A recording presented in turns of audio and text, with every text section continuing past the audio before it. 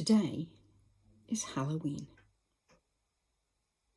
I don't know how you plan on celebrating, and it is quite possible that because of the times we're living in, well, there won't really be a problem. We won't have to pretend not to be in or shut the doors as Christians or agonise over whether or not we should or shouldn't let our children dress up or go to a party.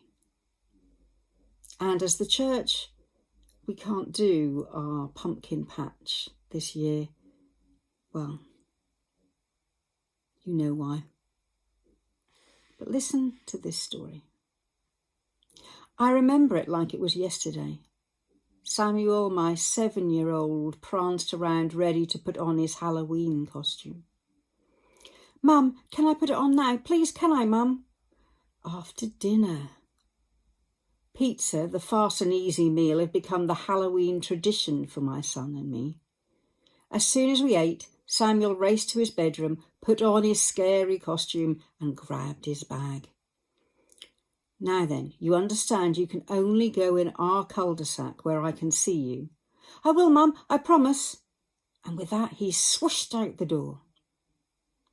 Samuel stayed within the boundaries I'd set him. While I wanted to keep an eye on him, I also wanted to give candy to any little treat seekers who ventured our way. When Samuel returned, the look on his face clawed into my heart. "What's wrong?" He threw his empty trick-or-treat bag on the sofa. "Nobody came to the door." That was one of those mummy moments I didn't know how to handle. My heart cried.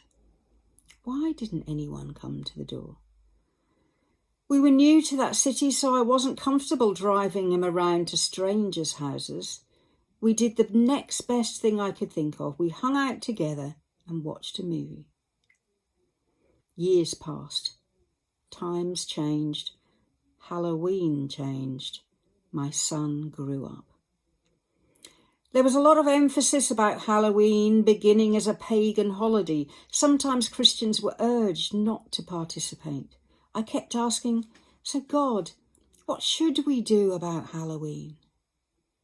Brian and I lived in a neighbourhood where we expected a lot of little children. What should we do?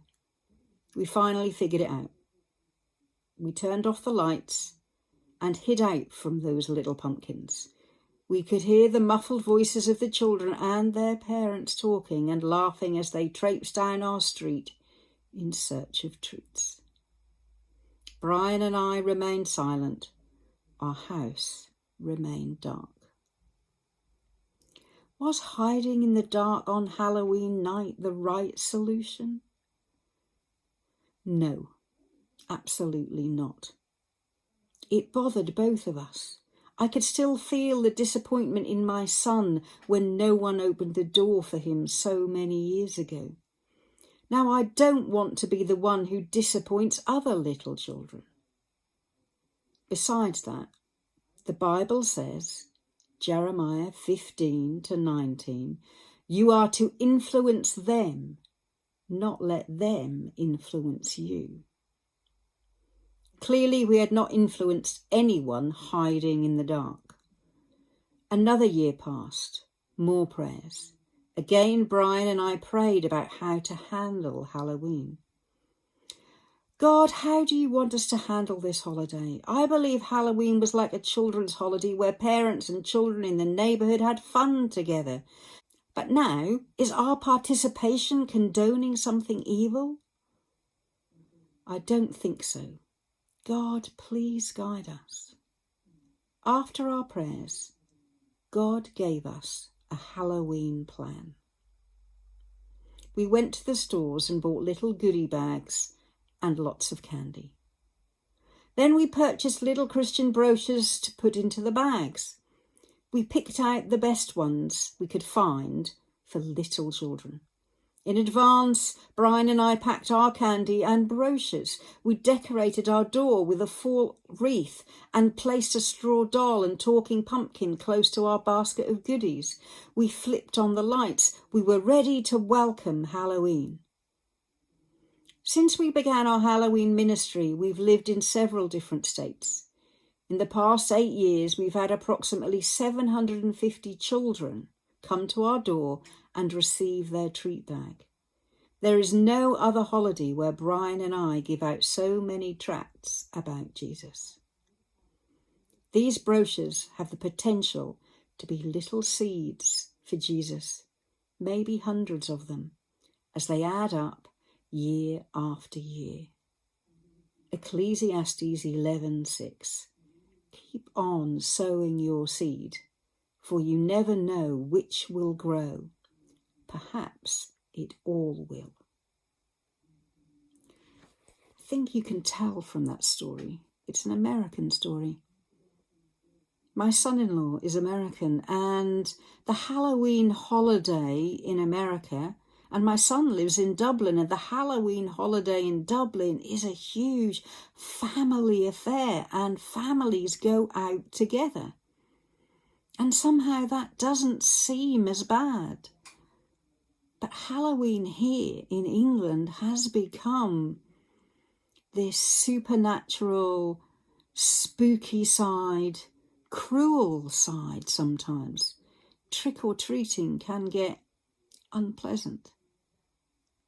I can't tell you how to react as Christians. The lady in the story found her way of planting seeds.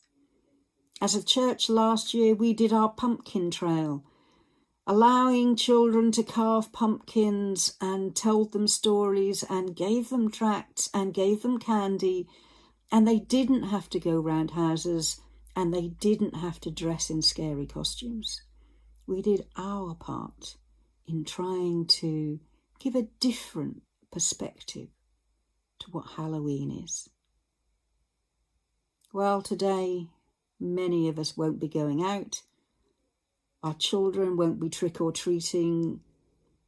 And I don't know whether anyone will knock on my door tonight, or yours.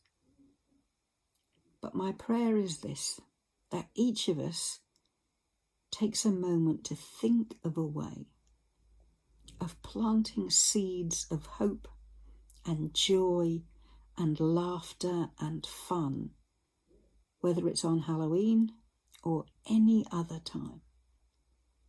Can you find a way to share the story of Jesus on October the 31st, just like any other day? I'll see you on Monday. Bye.